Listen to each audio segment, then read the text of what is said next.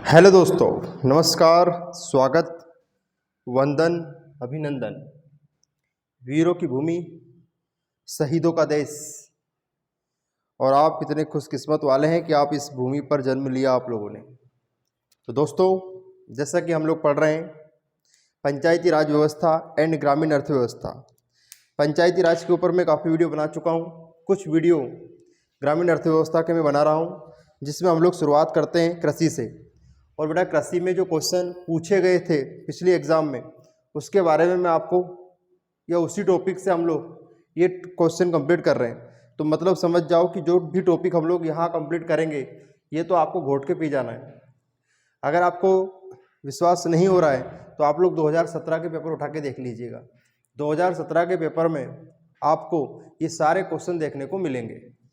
ठीक है, तो हम उम्मीद करते हैं आपको कि ये सारे प्रश्न आपको बहुत अच्छे से समझ में आएंगे। तो स्टार्ट करते हैं हम लोग, लेट्स लर्न, बिना समय गंवाए। ठीक भाई, तो स्टार्ट करते हैं हम लोग मध्य प्रदेश की प्रमुख क्रांतियाँ।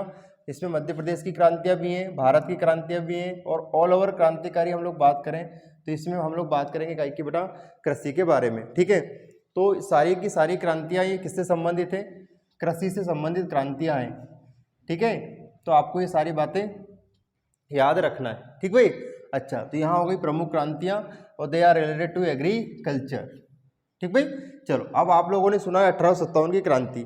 तो पहले तो हम लोग देख लेते हैं कि एक्चुअल में क्रांति होती क्या है। तो देखो, हमेशा लड़ाई और भिड़ाई से संबंधित चीज़ें ही क्रांति में काउंट ही नहीं होगी, है ना, कि भैया 1857 की क्रांति में भारतीयों के ऊपर लठ पड़ी थी या भारतीयों को बहुत शोषित किया गया था उन गोरे अंग्रेजों के द्वारा। ठीक है, जो कहते थे कि भारत में भूखमरी है ना, तो 200 साल तक क्या झक मार रहे थे भारत में। ठीक है, तो कहने का मतलब समझ में आ गया आप लोगों को। तो जो लोग जिस चीज़ की बुराई करते हैं और फिर वहीं चले जाते हैं। ठीक है, अब वो तो अंग्रेज कहते हैं कि भैया वहाँ तो बहुत गरीबी, वहाँ के लोग तो मवेशी जैसे हैं, ये है वो है। तो भैया फिर हमारे पास कर क्या रहे थे, आप बताइए मुझे। ठीक है, समझ में आया ना मैटर? तो बुराई भी कर रहे हैं और हमारे पास ही रह रहे हैं, ये कौन सी बात हुई? अगर हमारे में भैया इतनी बुराई तो हमारे पास क्यों रह रहे हो? ठीक है, तो कहने का मतलब है कि India is the best country और Indians very best person in the world. ठीक भाई, क्योंकि कई लोग हमारे पास आए और फिर आपको पता है कि 200 साल तक हमारे ऊपर ये मोहम्मद गजनबी वगैरह, गोरी वगैरह, ये सब आए, इनने भी शासन करा। ठीक है, तो ये सब क्या थे? भिखारी लोग थे। क्या थे बेटा? भिखारी लोग थे। और हमारे देश में क्या था? सोना चांदी खूब अन्नाप शन्नाप था, इसीलिए तो भारत में ये सब लोग आए। ठीक है, तो भारत उस समय क्या था? बहुत बड़ी पटेल साहब की हवेली हुआ करती थी, भारत को अपन ये कह सकते हैं ना। और अगल बगल के सब क्या थे? भिखारी लोग थे जो लूटने के लिए आ गए। समझ में आए? तो भारत पहले भी अमीर था और अब भी अमीर है, अब भी अमीर है। लेकिन यहाँ के लोग क्या है, भारत के लोग टैक्स वगैरह नहीं देते, इसलिए गवर्नमेंट को पता नहीं चलता कि कौन अमीर है कौन गरीब है। लेकिन बेटा, हर एक व्यक्ति अपने आप में धनाढ्य है। ठीक है, जितना पैसा बैंकों में लोगों का जमा है उससे कई गुना, है ना, लोग इतना पैसा अपने तकिए के नीचे रख कर घूमते फिरते हैं। तो कहने का मतलब समझ में आ गया कि एक जो बैंक है वो तो दिखाने के लिए, एक दूसरी बैंक अलग चलती है तकिए के नीचे वाली। इतनी बात समझ में आ गई आपको? तो ये सारी चीज़ें हम लोग आज टॉपिक्स से रिलेटेड बातें कर लेते हैं। तो क्रांति का मतलब समझ में आ गया ना आपको? तो क्रांति का मतलब एक्चुअल में होता है विकास, है ना। उस जमाने में हमने 1857 की क्रांति करी, तो 1857 की क्रांति में क्या हुआ भैया, आपको पता होना चाहिए कि हमें मारा गया, हमने अंग्रेजों को कूटा खूब, है ना। इस तरह विद्रोह हो गया, मंगल सिंह पांडे ने विद्रोह कर दिया। तो ये सारी बातें आप लोगों को हम लोग हिस्ट्री में बताएंगे। तो उस समय भी एक नई विकास की लहर थी जिसे हम कहते हैं आज़ादी, है ना। और आज हमने क्रांति का मतलब भी क्या रख लिया? विकास, है ना। जैसे आपको क्रांतिकारी बनना है तो भैया बहुत पढ़ना पड़ेगा एजुकेशन के सेक्टर में। शिक्षा में क्रांति लाना है तो फिर आपको बहुत महान महान टीचरों से पढ़ना पड़ेगा, तभी तो क्रांति आ पाएगी ना। तो कहने का मतलब समझ गए ना आप लोग कि क्रांति का मतलब एक्चुअल में क्या है? विकास है। बस एक लाइन, पूरी बात का सार सिर्फ क्या है? एक लाइन, क्रांति का मतलब विकास। ठीक भाई, आप लोगों ने, आप जो क्रांति आपने सुन रखी है पहले से, हरित क्रांति आपने सुनी, है ना, फिर इसके बाद आपने श्वेत क्रांति सुनी, है ना। तो जो क्रांति आपने सुन रखी है वो परीक्षा में नहीं आती है, ठीक है, क्योंकि वो सारे जमाने को आती है। तो ये क्रांतियां, इसके अलावा भी कई प्रकार की क्या होती है? क्रांति होती है, जिनको अपन याद करने की बेटा क्या करेंगे? कोशिश करेंगे। ठीक है, तो 2017 पटवारी में आप लोग यहाँ से क्वेश्चन पूछे गए थे, इसलिए मैं आज टॉपिक का नाम ही क्या लेकर आ गया? प्रमुख क्रांतियां कृषि से संबंधित, every revolution related to agriculture. ठीक है, और क्रांति का यहाँ मतलब क्या है? लड़ाई बड़ाई से नहीं, विकास से। ठीक भाई, समझ में आ गया? चलो, सबसे पहले बात करते हैं श्वेत क्रांति की। श्वेत क्रांति का संबंध क्या है इसे? दुग्ध उत्पादन से। ठीक है। पहले दूध में उत्पादन कम होता था, भारतीयों के पास मवेशी वगैरह तो खूब हुआ करते थे, लेकिन दूध इतना प्रॉपर उत्पादित नहीं हो पाता था। ठीक है। लेकिन फिर विदेशी नस्ल आने लगी गाय ढोर की, है ना। जैसे आपने निवाड़ी गाय का नाम सुना होगा, है ना, साहिवाल का नाम सुना होगा, जाफराबादी का नाम सुना होगा, मुर्रा भैंस का नाम सुना होगा। ये सब क्या है? ये सब वे पशुओं की किस्म है जो कि क्या होती है बेटा? ज़्यादा दूध देती है। जमुनापरी का आपने नाम सुना होगा। ठीक है, समझ में आ गया बेटा? तो ये सब क्या है? ज़्यादा दूध देने वाली नस्लों के नाम मैंने आपको बताए। श्वेत क्रांति, और श्वेत क्रांति का संबंध कैसे हो गया? दुग्ध उत्पादन से हो गया। अब इसे हम लोग धवल क्रांति भी कह सकते हैं, क्योंकि धवल का मतलब क्या होता है? सफ़ेद होता है। इसे हम उजली क्रांति कह सकते हैं, क्योंकि उजला का मतलब भी क्या होता है? सफ़ेद होता है, और सफ़ेद का मतलब सफ़ेद होते ही होता है। ठीक भाई। और क्रांति का मतलब क्या होगा? विकास, है ना। समझ में आया? तो दूध के क्षेत्र में विकास के लिए कौन सी क्रांति लाई गई थी? श्वेत क्रांति लाई गई थी। और श्वेत क्रांति के बारे में आपको याद भी होना चाहिए कि श्वेत क्रांति का संबंध दूध उत्पादन से, और भारत में सबसे ज़्यादा दूध उत्पादित जिला जो उत्पादन करता है दूध का, वह उत्तर प्रदेश है। तो अपने को याद रखना है। ठीक है बेटा, चलो इतनी बात समझ में आ गई? बोलो हाँ। इसके बाद श्वेत क्रांति के जनक कौन है? वर्गीस कुरियन है। ये क्वेश्चन आपको याद रखना है। श्वेत क्रांति के जनक कौन है? वर्गीस कुरियन, वर्गीस कुरियन, वर्गीस कुरियन, वर्गीस कुरियन, वर्गीस कुरियन, जो कि मर चुके हैं। ठीक है, चलो। नीली क्रांति, नीली क्रांति, नीली कौन सी लिए? नीली क्रांति है। ठीक भाई। अब नीली क्रांति का संबंध कैसे होगा बेटा? मछली पालन से होगा। समझ में आया? इसे कहते हैं, मछली को क्या कहते हैं? मीन कहते हैं, है ना। मछली को क्या कहते हैं? मीन भी कहते हैं। इसका नाम होगा मीन क्रांति। मीन क्रांति का संबंध मछली पालन से, नीली क्रांति। ठीक भैया। तो मछली की आंखें देखना आप लोग, मछली की आंखें कैसी है? नीली है, सूर्य राय जैसी है, नीली नीली आंखें उसकी। ठीक है। तो आपने गाना सुना होगा नीली आंखों वाली, नहीं सुना? चलो कोई बात नहीं, सूर्यली आंखों वाली तो होती नहीं, होती तो क्या करते हैं। ठीक है, चलो। तो नीली हो गई, मछली हो गई। और आपने तो कहा कि नीले नीले पानी में कौन रहती? मछली रहती। ऐसे याद रख सकते हैं। याद रखने का तरीका समझ में आया कि नहीं आया बेटा? बोलो हाँ। कैसे याद रखेंगे कि नीले नीले अंबर के तले, नहीं, नीले नीले समुद्र में कौन रहती बेटा? मछली रहती। वैसे भी ये नाम बहुत खतरनाक नाम है भैया ना, जरा बच के, क्योंकि नील, समझे? नील मतलब कुछ भी नहीं। और आपको पता है एक नील आंदोलन भी चला था। कौन सा आंदोलन चला था? नील आंदोलन। जो कहाँ चला? चंपारण बिहार में। समझ में आया ना? जहाँ पर महात्मा गांधी ने पहली बार सत्याग्रह का प्रयोग करा था। याद रखना 1917। महात्मा गांधी किसके लिए गए थे? चंपा के लिए गए थे, है ना। और क्या लेकर गए थे चंपा के लिए? हार। तो चंपारण कहाँ आता है? बिहार में आता है। ठीक है, चलो। तो ये नीली हो गई। 2-3 बार बोलो नीली को, नीली नीली नीली। और नीले पानी में कौन रहती है? मछली रहती है ना। और ये नीली और ये मीन दोनों एक ही बात है ना। मछली, मीन क्रांति, नीली क्रांति। समझ में आ गया? चल आगे बात करें बेटा। चल, धूसर, धूसर क्रांति का संबंध कैसे? उर्वरक। तो सबसे पहली चीज तो मैं आपको 2 चीज बेसिक बातें बता देता हूँ। खाद और उर्वरक में अंतर बताइए। खाद और उर्वरक में क्या बताइए? अंतर बताइए। ठीक बेटा, चलो। अब खाद क्या होता है? तो अपन देखा घोड़ा वगैरह गाँव में इकट्ठा करते हैं अपन। ठीक है। और जब छोटे रहते हैं तो बहुत सारे लोग घोड़े के ऊपर लोड भी मारते हैं। ठीक है। पापा कुछ सामान वामान नहीं दिलाते हैं, तो छोरा एक ऐसी जगह देखता है जहाँ थोड़ी सेफ हो, और वहाँ जाके खूब क्या मारता है? वो लोट मारता है। ठीक है। तो ये हो गया घोड़ा। उस घोड़े को फिर क्या होता है? कई दिनों तक उसको अपन कचरा डालते रहते हैं। ठीक है। कई प्रकार के उसके अंदर कचरे होते हैं। वो कचरे जमीन के अंदर जाते जाता है, और उसके बाद वही कचरा क्या बन जाता है? खाद बन जाता है, क्योंकि उसके अंदर कई प्रकार के सूक्ष्म जीव पैदा हो जाते हैं। ठीक है बेटा, क्या पैदा हो जाते हैं? सूक्ष्म जीव। और वो सूक्ष्म जीव क्या होता है? उस कचरे को क्या होते हैं? कन्वर्ट कर देते हैं किसमें? खाद में। और उसके बाद फिर हम बेहतरीन तरीके से क्या ट्रैक्टर ट्राली लाते हैं, खाद भरते हैं, और धे धड़ाके से कहाँ फेंक देते हैं? खेतों में फेंक देते हैं। समझ में आ गया? बोलो हाँ। अच्छा सा खाद तो समझ में आ गया। मतलब घोड़े वाला खाद क्या कहलाएगा? अच्छा सर, रखोड़िया भी फेंका हमने, बिल्कुल कोई बात नहीं। रखोड़िया भी क्या है? खाद है। कुल मिला के बात है, देसी तरीके से जो चीज़ बनाई जाएगी उसे खाद बोलेंगे। देसी तरीके से बनाई गई चीज क्या कहलाएगी? खाद। अब क्या है? उर्वरक। देखो डीएपी का नाम सुना होगा, फास्फेट का नाम सुना होगा, यूरिया का नाम सुना होगा। ये सब क्या है? केमिकल इनमें ज़्यादा होता है, और जिसमें केमिकल ज़्यादा होता है क्या कहलाता है? उर्वरक कहलाता है। तो खाद किस में आएगा? तो खाद आएगा बेटा जैविक खाद में। खाद को बोलेंगे जैविक खाद, है ना। वर्मी कंपोस्ट, जैविक खाद, जिसका सबसे ज़्यादा प्रयोग करता है सिक्किम। कौन करता है? सिक्किम। याद रखना अपना। जैविक खाद का सबसे ज्यादा प्रयोग कौन करता है? सिक्किम करता है। ठीक है। और उर्वरक का सबसे ज्यादा प्रयोग कौन करता है? पंजाब करता है। याद रखना है। उर्वरक का सबसे ज्यादा प्रयोग कौन करता है? पंजाब करता है। और जैविक खाद का, ठीक है, तो सिक्किम। सिक्किम मतलब सिक्के कम, और सिक्के कम में क्या आ जाता है? जैविक खाद आ जाता है। और उर्वरक लाने में तो सिक्के ज़्यादा चाहिए। ठीक है। और सिक्के ज़्यादा चाहिए तो आपके पास क्या होना चाहिए? जॉब होना चाहिए। और जॉब से क्या बनेगा? पंजाब। ठीक भाई, चल। तो दूसरा क्रांति समझ में आ गई। और जब अपन खाद वाद फेंकेंगे, रखोड़ा फेंकेंगे, घोड़ा फेंकेंगे, तो बिल्कुल अपनी हालत कैसी हो जाएगी? बिल्कुल धूल जैसी हो जाएगी ना, धूल जैसी। तो धूल जैसी हो क्या बोलेंगे, धूसर, धूसर, धूसर, धूसर, ऐसे याद करेंगे। क्या याद करेंगे बेटा, धूसर।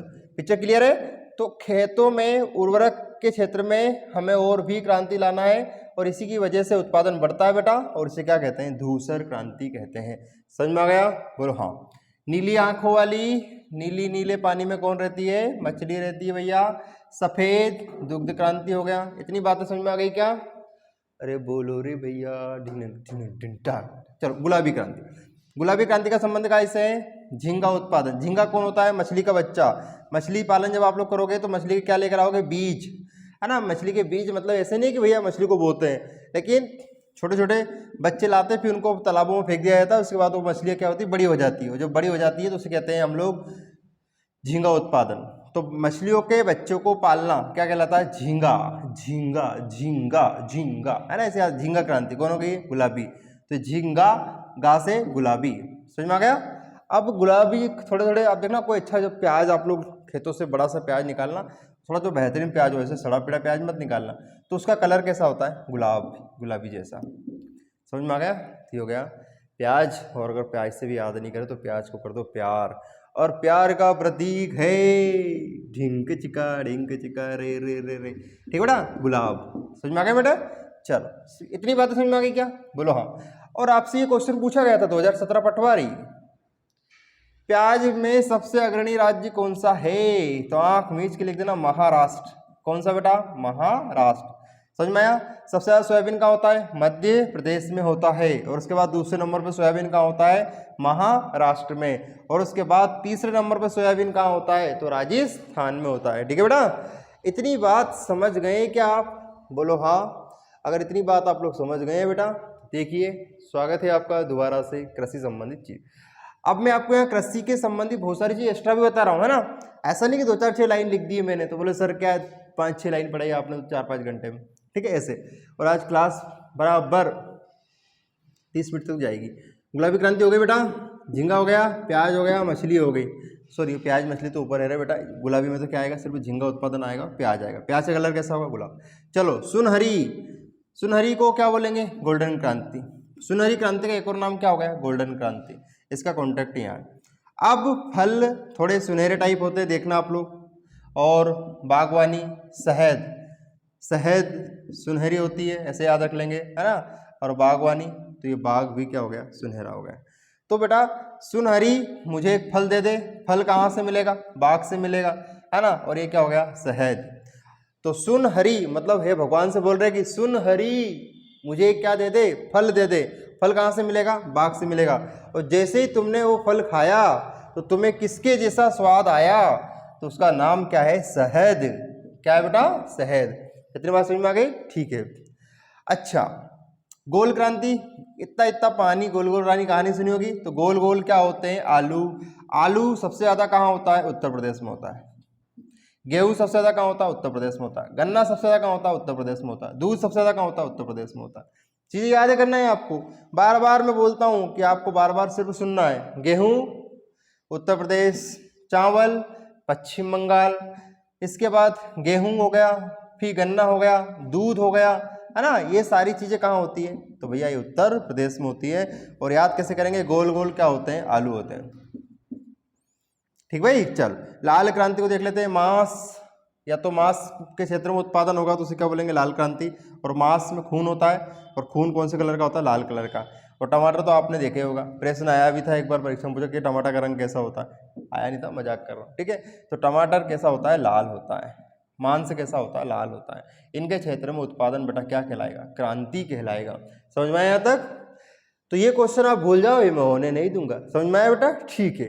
जितनी बात समझ में आ गई। रजत क्रांति, रजत अंडा, रजत अंडा 2 बार मैंने लिख दिया, वहां भी लिख दिया, देखो यहाँ भी लिख दिए रजत अंडा।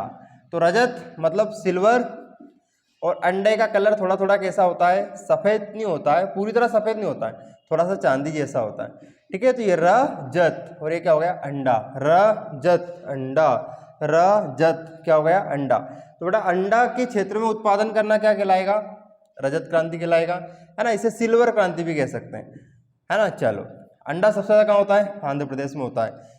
कहाँ होता है, आंध्र प्रदेश में। इसलिए आंध्र प्रदेश को कहा जाता है अंडों की टोकरी। क्या कहा जाता है, अंडों की टोकरी किसे कहा जाता है, आंध्र प्रदेश को, ठीक है। और जो लोग अंडे खाते हैं, अच्छी बात है, जो नहीं खाते अपने ऐसे याद रखेंगे कि अंडे खाने से आदमी अंधे हो जाते हैं। भगवान जी आपको क्या कर देंगे? अंधे कर देंगे। हमारे हिंदू परंपराओं में ऐसा माना गया है कि अंडे खाने वर्जित है, ये शाकाहारी नहीं होता, ये मांसाहारी होता है। हमारे हिंदू धर्म के हिसाब से बता रहा हूँ भैया, ठीक है। जो लोग हमारी बात से सहमत नहीं है वो किधर भी जाओ, हमें कोई मतलब नहीं, ठीक है। हम हमारे हिसाब से पढ़ेंगे, ठीक है बेटा। चलो, तो भगवान जी क्या कर देंगे? अंधे कर देंगे, ठीक है। चलो, रजत हो गया बेटा, अंडा हो गया। काली क्रांति, काली क्रांति का संबंध कैसे है? बायोडीजल। काली क्रांति का संबंध कैसे है? बायोडीजल। सर बायोडीजल क्या होता है? जेट्रोफा होता है। सर जेट्रोफा क्या होता है? अरंडी का नाम सुना क्या? अरंडी, ठीक है बेटा। ये अरंडी जो होती है ना, इसको कहते हैं जेट्रोफा, इसे क्या कहते हैं? बायोडीजल। तो बेटा डीजल के क्षेत्र में या फिर बायोडीजल के क्षेत्र में या फिर पेट्रोल के क्षेत्र में, है ना, तो ये बायोडीजल से भी क्या, बायोडीजल किससे बनाया जाता है? जेट्रोफा से बनाया जाता है। जेट्रोफा क्या होते हैं? अरंडी। तो इससे अपन एक प्रकार का तेल निकालते हैं जिसे कहते हैं बायोडीजल, है ना। तो ये फ्यूल होता है जो कि प्रदूषण कम करता है, पोल्यूशन कम करता है। तो ये हो गई काली क्रांति। अब इसको ऐसे याद रखेंगे कि भैया ये अरंडी है, ये जेट्रोफा है, ये बायोडीजल है। और डीजल वैसे तो काला नहीं होता है, पर जब टंकी के अंदर डीजल को डाल के देखते टंकी में, तो काला दिखाई देता है, ठीक है। काले को क्या कहते हैं? श्याम। क्या कहते हैं? श्याम, ठीक। श्याम साथ में क्या होगा? कृष्ण, याद रखना। अगर नहीं दिख रहा है आप लोगों को तो यहाँ सुन लेना, कृष्ण श्याम काला, याद रखना, कृष्ण श्याम काला। क्रांति का संबंध कैसे? डीजल से, पेट्रोल से, बायोडीजल से, जेट्रोफा से, अरंडी से। इससे अपन क्या निकालते हैं? ऑयल निकालते हैं, ठीक है बेटा। चल आगे देखते हैं। इंद्रधनुष क्रांति। तो इंद्रधनुष क्रांति का मतलब है कृषि के सभी क्षेत्रों में विकास करना। कृषि के सभी क्षेत्रों में विकास करना। ये सारे के सारे क्षेत्र हैं और उनके सभी क्षेत्रों में अगर विकास एक साथ करना है तो उसे क्या बोल देंगे? इंद्रधनुष। तो इंद्रधनुष मतलब इंद्र ने धनुष को तान लिया है। आप लोगों को क्वेश्चन बताना है कि इंद्र के धनुष जो है या फिर इंद्र के जो हाथी है उसका नाम बताइए। इंद्र के हाथी का नाम क्या था? आप लोगों को कमेंट में आंसर देना है, ठीक है। तो इंद्रधनुष क्रांति कृषि के सभी क्षेत्रों में विकास के लिए है। और कभी कभी आता है टीकाकरण। तो दो जगह आपको इंद्र याद रखना है कि इंद्र के धनुष से बाण कहाँ कहाँ चलेंगे। तो चलाओ ना नैनो से बाण रे। तो एक तो ये बाण कहाँ चलेगा? कृषि के सभी क्षेत्रों में चलेगा, कोई फिक्स नहीं होता, बाण है कहीं भी चल सकता है। और जिसके ऊपर बाण चलेगा उसको क्या लग जाएगा? टीका लग जाएगा। तो क्या होगा? टीकाकरण। तो इस पंगत के सभी लोग जिम लिए होंगे। उम्मीद करता हूँ आप लोगों को कि सारी चीज़ें आपको बेहतरीन तरीके से वर्ड टू वर्ड शब्द सहा आपको समझ में आ रही होगी बेटा, ठीक है। एक बार रिवीजन करा देता हूँ। श्वेत क्रांति दूध से, नीली क्रांति मछली से, धूसर उर्वरक से, गुलाबी झींगा से, सुनहरी मुझे एक फल दे दे, बाग में फल मिलेगा, खाओगे तो स्वाद कैसा आएगा? शहद के, गोल गोल आलू, लाल टमाटर मांस, रजत अंडा, काली बायोडीजल, जेट्रोफा, डीजल, पेट्रोल, इंद्रधनुष क्रांति कृषि के सभी क्षेत्रों में, एंड टीकाकरण। तो 5 मिनट का मैं आपको गैप देना चाहता हूं कि आप इसको पढ़ लें अच्छे से, इसके बाद हम लोग आगे बढ़ते हैं, ठीक है। चलो, तो जिनको स्क्रीनशॉट वगैरह लेना है कि सर आपने तो पता नहीं क्या इसमें महाभारत का युद्ध कर दिया, तो बेटा कुछ नहीं करना है इसमें। आपको जब स्टार्टिंग में वीडियो होता है ना, तो मैं ये सारी चीज़ें लिख के जब आता हूँ तो मैं इसीलिए आता हूँ कि थोड़ा सा गैप रहे ताकि आप इसका स्क्रीनशॉट लेके अपनी कॉपी में नोट कर सकें, ठीक है बेटा। चलो, तो हरित क्रांति काय संबंधित है? खाद्यान्न से संबंधित है। खाद्यान्न मतलब आप लोग जानते हैं कि नहीं जानते हैं, ठीक है। हरित क्रांति मतलब खाद्यान्न। तो खाद्यान्न मतलब अनाज, जिनको हम खाते हैं वो अनाज। और इसमें हम लोग मेन चीज़ लेंगे गेहूँ और चावल। ये दो प्रमुख खाद्यान्न है। मध्य प्रदेश का प्रमुख खाद्यान्न गेहूँ है, भारत का प्रमुख खाद्यान्न चावल है। मध्य प्रदेश का गेहूँ, भारत का चावल। मध्य प्रदेश का गेहूं, भारत का चावल। तो हरित क्रांति का संबंध कैसे हो जाएगा?